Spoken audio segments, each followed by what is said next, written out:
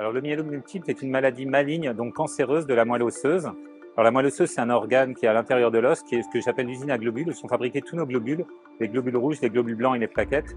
Et parmi les globules blancs, il y a différents types de globules blancs, et un particulièrement qui est concerné par la maladie qui est le myélome multiple, c'est ce qu'on appelle les plasmocytes. C'est un globule blanc spécialisé dans la fabrication des anticorps, et ce globule blanc plasmocyte peut devenir tumoral, et lorsqu'il est tumoral, on appelle ça un myélome multiple.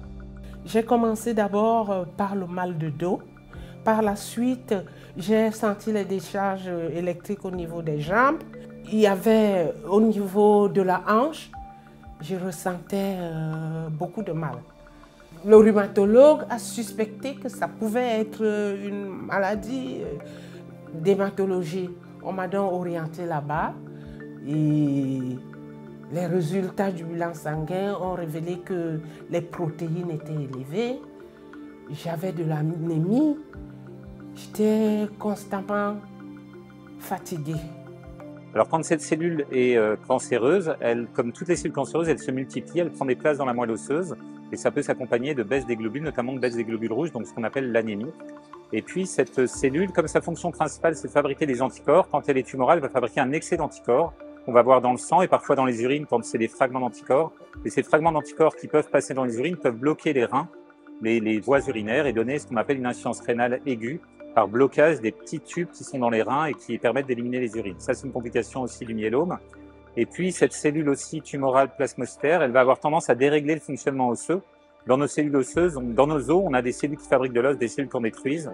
Et les cellules de myélome ont tendance à déséquilibrer cet équilibre entre fabrication et destruction d'os et à accélérer la destruction de l'os tout en ralentissant la production. Et ça donne des lésions osseuses qu'on appelle des lésions lytiques, c'est-à-dire des trous dans les os, qui peuvent être asymptomatiques, mais surtout s'accompagner d'une fragilité osseuse et donc de fractures vertébrales ou des membres qui peuvent être forcément douloureuses. Et puis, en accélérant la destruction de l'os, ça libère du calcium, parce que l'os est plein de calcium, donc on voit aussi souvent ce qu'on appelle une hypercalcémie. Alors on a découvert ma maladie un peu par hasard. J'étais fatiguée, j'avais un peu des douleurs un peu bizarres. J'avais des douleurs un peu partout quand je faisais des cours de gym ou du yoga ou autre chose, où je marchais. Mais je pensais qu'avec l'âge, j'avais des courbatures que je n'avais jamais eues avant. Mais le médecin a trouvé ça quand même assez bizarre. Et comme j'avais eu 2 ans avant une embolie un peu inexpliquée, elle m'a demandé d'aller passer un scanner du poumon pour vérifier l'état de mes poumons par sécurité.